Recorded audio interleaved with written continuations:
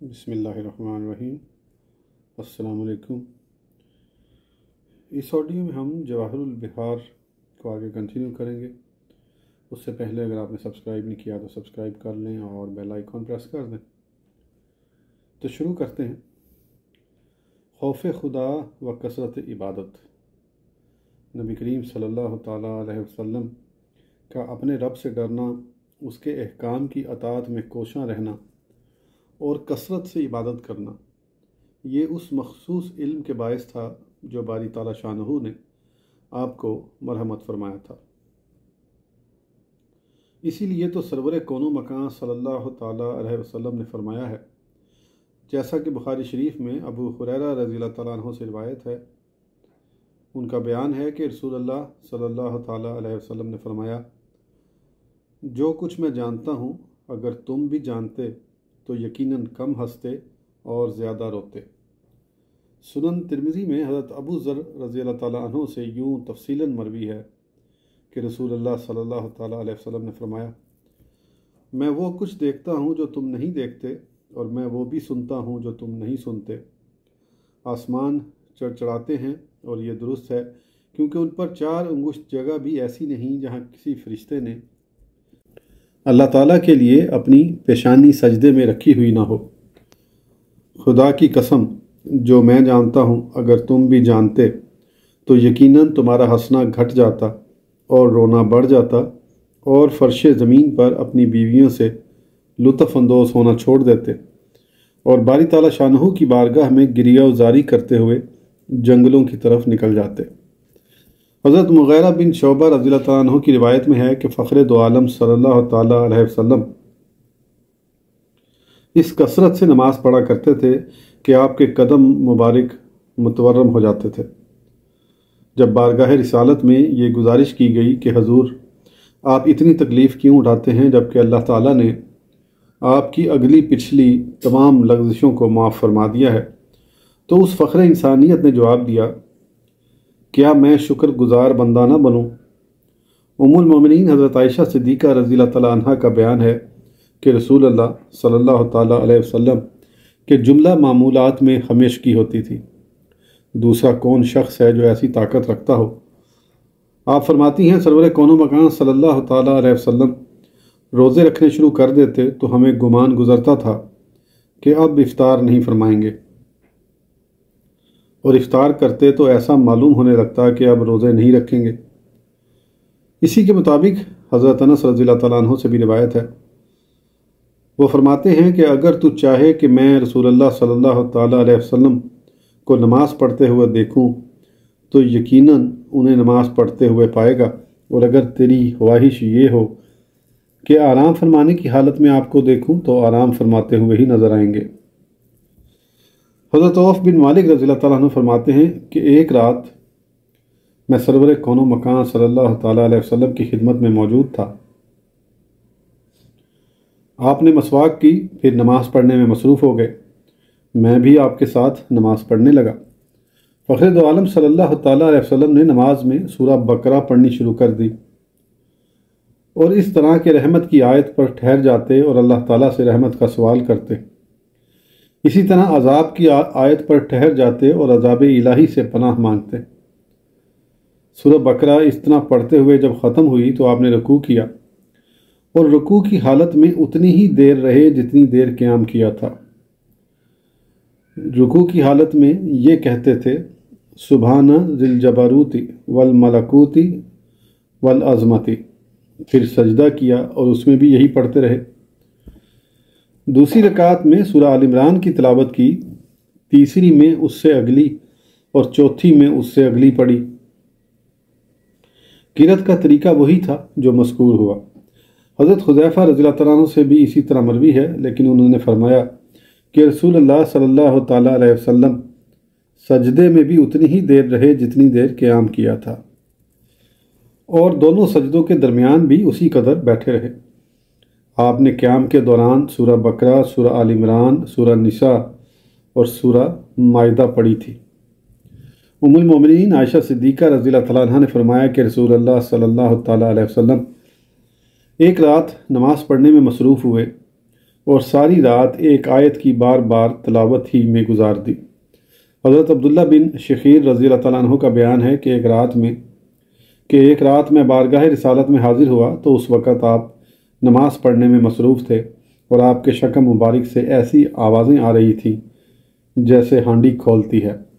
حضرت ابن ابی حالہ رضی اللہ تعالیٰ عنہ فرماتے ہیں کہ نبی کریم علیہ الصلوۃ والتسلیم اکثر غمناک اور دائم الفکر رہتے تھے، آپ کو آرام و راحت سے کوئی دلچسپی نہ تھی۔ سرور کون و مکان صلی اللہ تعالیٰ علیہ وسلم نے فرمایا کہ میں روزانہ اللہ تعالیٰ سے 100 مرتبہ بخشش و مغفرت کی دعا کرتا ہوں۔ دوسری روایت میں 70 مرتبہ کا ذکر ہے۔ قاضی ایاز رحمۃ اللہ علیہ نے کتاب الشفا میں فرمایا ہے کہ اللہ تعالیٰ ہمیں اور تمہیں نیک توفیق دے۔ جملہ انبیاء و مرسلین صلاۃ اللہ تعالیٰ علیہم اجمعین کی کمال تخلیق، حسن صورت، شرافت نسب، حسن اخلاق اور دیگر محاسن عالیہ میں یہی حالت تھی، کیونکہ یہی اوصاف تو صفات کمال ہیں۔ لہذا حضرات انبیاء کرام ہر کمال، بشری اوصاف اور جملہ فضائل سے بھرپور ہوتے ہیں، کیونکہ ان کا مرتبہ سب سے بلند و بالا اور ان کا درجہ سب سے عرفہ و اعلیٰ ہوتا ہے۔ لیکن فضائل کے میدان میں انہیں بھی پروردگار عالم نے ایک دوسرے پر فضیلت دی ہے، جیسا کہ باری تعالیٰ شانہ نے اپنے آخری پیغام میں فرمایا ہے کہ تلک الرسول فضلنا بعضهم علی بعض، یعنی یہ رسول ہیں، ہم نے ان کے بعض کو دوسرے بعض پر فضیلت دی ہے۔ اس کے بعد قاضی ایاز رحمۃ اللہ علیہ نے بکثرت احادیث نقل کی ہیں جو بعض انبیاء کرام کے فضائل و کمالات کو ظاہر کر رہی ہیں، لیکن میں تکرار کے خوف سے ان کے نقل کرنے کی اس جگہ ضرورت محسوس نہیں کرتا۔ شمائل نبوی اور دیگر متعلقہ اوصاف۔ قاضی ایاز رحمۃ اللہ علیہ قارئین کرام سے فرماتے ہیں کہ اللہ تعالیٰ آپ کو عزت بخشے، ہم نے آپ کے سامنے نبی آخر الزماں صلی اللہ تعالیٰ علیہ وسلم کے اخلاق حمیدہ، فضائل مجیدہ اور متعدد خصائل کمالیہ بیان کیے ہیں، اور ان اخلاق و خصائل حمیدہ کا فخر دو عالم صلی اللہ تعالیٰ علیہ وسلم کے لیے ثابت و صحیح ہونا مبرہن کیا ہے، اور اس سلسلے میں صرف بعض آثار نقل کرنے پر ہی قناعت کی ہے، حالانکہ حقیقت نفس الامری نہایت وسیع ہے۔ آپ کے بارے میں اس میدان کی وسعت اتنی ہے کہ اس تک پہنچنے کی ہر طویل سے طویل تر رسی بھی کوتاہ اور ناکافی ہو کر رہ جاتی ہے۔ آپ کے خصائص کے علم کا سمندر تو یقیناً ٹھاٹھے مار رہا ہے، جسے ڈول مقدر نہیں کر سکتے، لیکن بخوف طوالت ہم نے بعض معروف احادیث ہی پیش کی ہیں، جن میں سے اکثر صحیح بخاری اور دیگر مشہور تصانیف میں موجود ہیں، جبکہ ان میں سے بھی ہم نے ایک قلیل حصے پر ہی اکتفا کیا ہے۔ ہماری خواہش ہے کہ ان فصلوں کو ان احادیث پر ختم کریں جو امام حسن مجتبیٰ رضی اللہ تعالیٰ عنہ نے ابو حالہ رضی اللہ تعالیٰ عنہ سے جمع کی تھی، کیونکہ خلیہ مبارک کے بارے میں یہ بھی کافی ہیں۔ امام ترمذی اور دیگر محدثین نے امام حسن بن علی المرتضیٰ رضی اللہ تعالیٰ عنہما سے نقل کیا ہے کہ انہوں نے فرمایا، میں نے اپنے ماموں ہند بن ابو حالہ سے رسول اکرم صلی اللہ تعالیٰ علیہ وسلم کے حلیہ شریف کے متعلق دریافت کیا، کیونکہ وہ رسول اللہ صلی اللہ تعالیٰ علیہ وسلم کے اوصاف بیان کرنے میں یگانہ و معروف تھے، اور میں خواہش مند تھا کہ حضور اقدس کے حلیہ شریف سے روشناسی حاصل کروں۔ انہوں نے فرمایا کہ سرور کون و مکان صلی اللہ تعالیٰ علیہ وسلم دراز قامت تھے، آپ کا چہرہ انور اس طرح چمکتا تھا جیسے 14ویں رات کا چاند چمکتا دمکتا ہے۔ میانہ قد والوں سے آپ لمبے اور بلند قامت آدمی سے دیکھنے میں نیچے معلوم ہوتے تھے۔ سر اقدس بڑا اور بال شکندار تھے، لیکن کنگھی کرنے سے سیدھے بھی ہو جاتے تھے۔ بصورت دیگر کانوں کی لو سے آگے نہیں بڑھتے تھے۔ آپ کا رنگ چمکدار، پیشانی کشادہ اور حاجب باریک اور لمبے تھے، لیکن ایک دوسرے سے ملے ہوئے نہ تھے۔ ان کے درمیان ایک رگ تھی جو غصے کے وقت ابھر آتی تھی۔ بینی مبارک نورانی اور بلند تھی، جس نے اسے غور سے نہ دیکھا ہوتا وہ باریک اور لمبی گمان کرتا۔ ریش مبارک بھاری، چشمان مبارک گہری سیاہ جن میں ہلکی سی سرخی کی جھلک تھی، صاف و شفاف رخسار مبارک، دہن اقدس مناسب کھلا ہوا، خوبصورت اور سفید دندان پاک، جو جدا جدا تھے، سینے پر بالوں کی باریک سی دھاری، گردن گویا چاند کی سوراخی یا خوبصورت اور سرخی مائل سفید تصویر کی گردن کے مانند،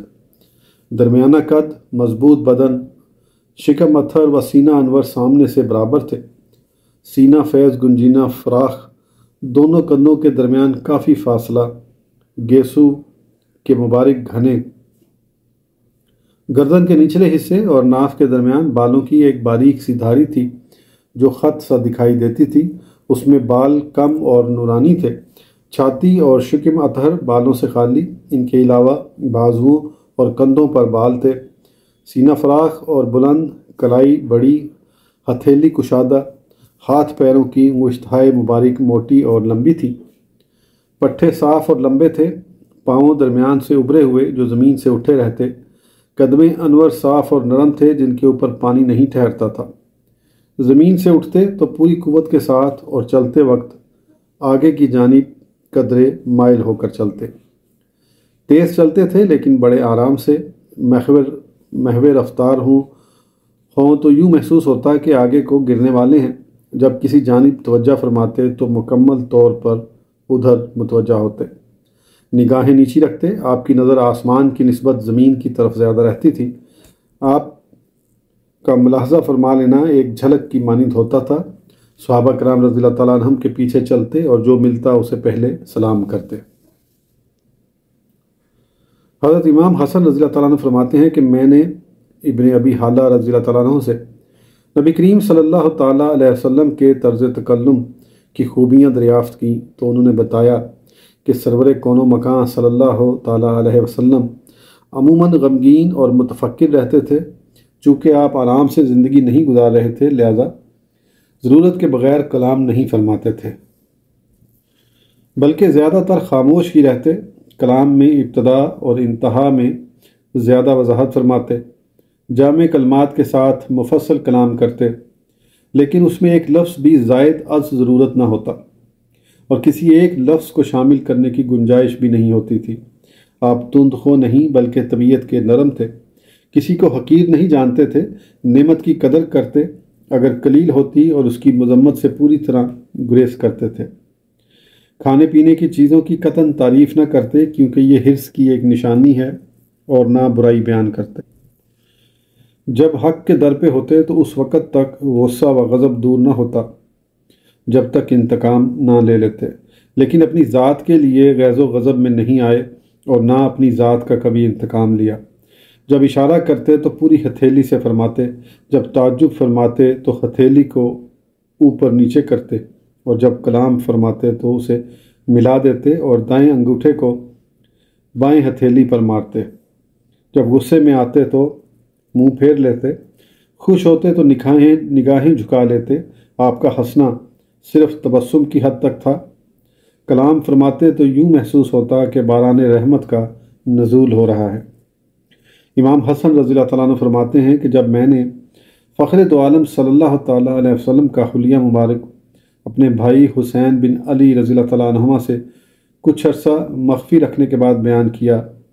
تو مجھے معلوم ہوا کہ وہ میرے بتانے سے پہلے ہی آگاہ ہو چکے تھے، کیونکہ انہوں نے حضرت والد محترم رضی اللہ تعالیٰ عنہ سے رسول اللہ صلی اللہ تعالیٰ علیہ وسلم کے گھر میں تشریف لانے، باہر تشریف لے جانے، لباس، مجلس اور شکل و صورت کے متعلق دریافت کیا تھا تو انہوں نے ہر بات تفصیل کے ساتھ بتا دی تھی۔ حضرت امام حسین رضی اللہ تعالیٰ عنہ فرماتے ہیں کہ میں نے اپنے والد رضی اللہ تعالیٰ عنہ سے پوچھا کہ سرور کون و مکان صلی اللہ تعالیٰ علیہ وسلم کس طرح گھر میں تشریف لایا کرتے تھے؟ انہوں نے فرمایا کہ رسول اللہ صلی اللہ تعالیٰ علیہ وسلم کا تشریف لانا اپنی مرضی پر منحصر تھا، گھر میں جتنا وقت تشریف رکھتے اس کے 3 حصے کیے ہوئے تھے، ایک حصہ اللہ تعالیٰ کی عبادت کے لیے، دوسرا اہل و عیال کی خاطر اور تیسرا اپنی ذات کے لیے تھا، پھر تیسرے کو اپنے اور لوگوں کے درمیان تقسیم کیا ہوا تھا، عام پر خاص کو ترجیح دیتے لیکن کسی کو روکتے نہ تھے، امت کے حق میں یہ آپ کی عادت کریمہ تھی کہ اہل فضل کو ترجیح دیتے اور دین میں فضیلت کے لحاظ سے حاجت مندوں میں تقسیم فرماتے، ان میں بعض 1 حاجت والے، بعض 2 حاجتوں والے اور بعض بے شمار حوائج والے ہوتے تو ان کا لحاظ رکھتے ہوئے آپ ان کے ساتھ گفتگو میں مشغول ہوتے اور آپ کا یہ اشتغال ان کی بھلائی کی خاطر ہوتا تھا۔ امتیوں کے حالات پوچھتے اور جو ان کے لائق ہوتا وہ مشورہ بھی دیتے اور فرمایا کرتے تھے کہ حاضرین کو چاہیے کہ یہ باتیں ان لوگوں تک بھی پہنچا دیں جو یہاں موجود نہیں ہیں۔ جو شخص اپنی حاجت مجھ تک نہیں پہنچا سکتا تو دوسروں کو چاہیے کہ غائب کی حاجت یہاں تک پہنچا دیا کریں، کیونکہ جو شخص کسی مجبور کی حاجت حاکم وقت تک پہنچاتا ہے اللہ تعالیٰ قیامت کے روز اسے ثابت قدم رکھے گا، اس کے سامنے صرف اسی بات کا ذکر آئے گا اور اس کے سوا دوسرے کی بات قابل قبول نہ ہوگی۔ سفیان بن وکی کی حدیث میں ہے کہ لوگ آپ کے پاس علم سے خالی آتے اور دولت علم سے ایسے مالا مال ہو جاتے کہ فقیہ بن کر نکلتے تھے۔ میں نے سوال کیا کہ بیرون خانہ رسول اللہ صلی اللہ تعالیٰ علیہ وسلم کی حالت کیا ہوتی تھی؟ آپ نے فرمایا کہ رسول اللہ صلی اللہ تعالیٰ علیہ وسلم بغیر ضرورت کے کلام نہ فرماتے، لوگوں کو ملانے کی کوشش کرتے اور متفرق نہ ہونے دیتے، ہر قوم کے سردار کی عزت کرتے اور اسی کو ان پر والی یعنی گورنر بناتے، عام لوگوں سے علیحدہ رہتے لیکن کسی سے روگردانی نہ فرماتے، اپنے بعض اصحاب کی غیر موجودگی میں ان کے حالات بھی دریافت فرماتے، اچھے کام پر حوصلہ افزائی کرتے اور برے کاموں کو ناپسند فرماتے۔ آپ کے معمولات میں اعتدال اور عدم اختلاف تھا، غفلت اور تساہل کو قریب بھی نہ پھٹکنے دیتے تاکہ لوگ غافل اور کاہل نہ بن جائیں۔ ہر کام میں میانہ روی تھی، کسی کے حق میں کمی نہ کرتے اور غیر مستحق کو تجاوز نہیں کرنے دیا کرتے تھے۔ جو اشخاص آپ کا جتنا قرب حاصل کر لیتے اسی قدر دوسروں سے بہتر اور افضل شمار ہوتے۔ لوگوں کے ساتھ اچھی طرح موافقت کرنے والے آپ کے نزدیک عظیم ٹھہرتے تھے۔ امام حسن رضی اللہ تعالیٰ عنہ فرماتے ہیں کہ میں نے ابن ابی حالہ رضی اللہ تعالیٰ عنہ سے دریافت کیا کہ رسول اللہ صلی اللہ تعالیٰ علیہ وسلم کی مجلس کیسی ہوتی تھی؟ انہوں نے جواب دیا کہ فخر دو عالم صلی اللہ تعالیٰ علیہ وسلم اٹھتے بیٹھتے اللہ تعالیٰ کے ذکر میں مشغول رہتے تھے اور کوئی جگہ اپنے بیٹھنے کے لیے معین نہ فرماتے اور دوسروں کو بھی ایسا کرنے سے منع فرمایا کرتے تھے۔ جب کسی قوم کی مجلس میں تشریف لے جاتے تو مجلس کے آخری حصے میں بیٹھ جاتے اور دوسروں کو بھی ایسا کرنے کی تلقین فرمایا کرتے۔ اپنے ہم نشینوں کو اعلیٰ قدر مراتبت نوازا کرتے تھے، جس سے ہر ایک یہی گمان کرتا تھا کہ آقائے دو جہاں کی سب سے زیادہ نظر کرم میرے ہی حال پر ہے۔ جو شخص بارگاہ رسالت میں حاضر ہوتا یا کسی حاجت کے سبب آنا پڑتا تو جب تک وہ فارغ ہو کر چلا نہ جاتا اتنی دیر آپ اس کے پاس تشریف رکھتے۔ جس نے بھی آپ کی بارگاہ میں اپنی حاجت پیش کی اس کی ضرور آپ نے حاجت روائی فرمائی یا اسے سمجھا بجھا کر مطمئن کر دیا۔ آپ کی کرم نوازی اور اخلاق عالیہ کا دائرہ لوگوں کے درمیان بڑا وسیع تھا۔ آپ سب کے لیے باپ کی طرح تھے اور وہ سارے آپ کے نزدیک حق میں ایک دوسرے سے قریب اور تقوی کے لحاظ سے ایک دوسرے پر فضیلت والے تھے۔ دوسری روایت میں ہے کہ آپ کے نزدیک لوگ حق میں برابر تھے۔ آپ کی مجلس علم و حیا اور صبر و امانت کی محفل ہوا کرتی تھی، اس میں نہ کوئی آواز بلند کرتا اور نہ کسی کی بدگوئی کی جاتی تھی، نیز ادھر ادھر دیکھ کر گفتگو نہیں کی جاتی تھی۔ یہ الفاظ پہلی دونوں روایتوں میں نہیں ہیں۔ صحابہ کرام بھی آپ کی مجلس مبارکہ میں تقوی کے لحاظ سے محبت کرتے اور تواضع کے ساتھ پیش آتے تھے۔ وہ بڑوں کی عزت کرتے، چھوٹوں پر شفقت کی نظر رکھتے، غریب کی حاجت روائی کرتے اور مسافروں کی حالت پر ترس کھایا کرتے تھے رضی اللہ تعالیٰ عنہم۔ حضرت امام حسن رضی اللہ تعالیٰ عنہ فرماتے ہیں کہ میں نے ابن ابی حالہ رضی اللہ تعالیٰ عنہ سے سرور عالم صلی اللہ تعالیٰ علیہ وسلم کی سیرت مقدسہ ہم نشینوں کے بارے میں دریافت کی تو انہوں نے بتایا کہ رسول اللہ صلی اللہ تعالیٰ علیہ وسلم خوش مزاج، کریم الخلق اور نرمی سے سلوک کرنے والے تھے، بد خلق اور سخت طبیعت والے نہ تھے اور نہ بازاروں میں آواز بلند کرتے اور نہ فحش باتیں کرتے، نہ کسی پر عیب لگاتے اور ایسا مزاح نہ فرماتے جو مقام ادب سے غافل کر دے یا جسے طبیعت نہ چاہے، کبھی مایوس نہ ہوتے۔ تین چیزیں آپ کی سیرت مقدسہ میں قطعاً نہ تھیں: ریاکاری، بیکار گفتگو، غیر مفید کام۔ نبی کریم صلی اللہ تعالیٰ علیہ وسلم لوگوں کو 3 حالتوں میں رکھتے تھے، کسی کی مذمت نہ کرتے اور نہ کسی کا عیب تلاش کرتے، جس میں ثواب کی امید ہو اسی کام کا حکم دیتے۔ جب آپ زبان حق ترجمان سے کچھ ارشاد فرماتے تو اہل مجلس اپنے سروں کو اس طرح جھکا لیا کرتے تھے جیسے ان کے سروں پر پرندے بیٹھے ہیں۔ جب آپ خاموش ہوتے اس وقت صحابہ کرام گفتگو کیا کرتے تھے، وہ کسی بات پر آپس میں نہ جھگڑتے۔ جو شخص بارگاہ رسالت میں عرض گزار ہوتا اس کی التجا بڑی توجہ سے سنی جاتی اور اتنی دیر آپ خاموش رہتے یہاں تک کہ وہ اپنی بات ختم کر کے فارغ ہو جاتا۔ آپ کلام کی ابتدا فرماتے تھے، آپ ہنستے تو وہ بھی ہنستے اور آپ تعجب فرماتے تو وہ بھی متعجب ہوتے۔ اجنبی آدمی کی سخت کلامی پر صبر فرماتے اور عام حکم تھا کہ جب کسی حاجت مند کو دیکھو تو اس کی حاجت پوری کرنے کی کوشش کرو۔ مکافات کرنے والے کی مدح و ثنا قبول فرماتے، کسی کی بات نہ کاٹتے اور اگر کوئی تجاوز کرتا تو اسے روک دیتے یا وہاں سے اٹھ کھڑے ہوتے۔ بعض روایات میں اس سے زیادہ ہے۔ امام حسن رضی اللہ تعالیٰ عنہ نے رسول اللہ صلی اللہ تعالیٰ علیہ وسلم کے سکوت کے متعلق دریافت کیا تو جواب ملا کہ آپ کی خاموشی 4 باتوں پر منحصر تھی: حلم، احتیاط، اندازہ اور تفکر۔ آپ کا اندازہ یہ تھا کہ سب پر نظر رکھتے اور ہر ایک کی بات پوری توجہ سے سماعت فرماتے۔ آپ کا تفکر فانی اور باقی چیزوں کی حقیقت کے بارے میں تھا۔ صبر کرنے میں آپ بہت حلیم تھے، یہاں تک کہ بے قرار کر دینے والے مواقع پر بھی آپے سے باہر نہیں ہوتے تھے۔ 4 چیزوں میں آپ احتیاط فرماتے تھے۔ اچھی چیز اختیار فرماتے تاکہ لوگ پیروی کریں، بری باتوں سے دور رہتے تاکہ لوگ ان سے اجتناب کریں،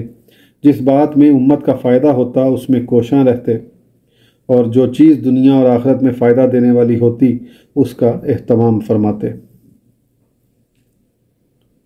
آج کی آڈیو کے لیے اتنا ہی، پھر انشاءاللہ اگلی آڈیو میں اس سے آگے کنٹینیو کریں گے۔ اس وقت تک کے لیے اجازت دیجیے، سبسکرائب کرنا نہ بھولیں۔ اللہ حافظ۔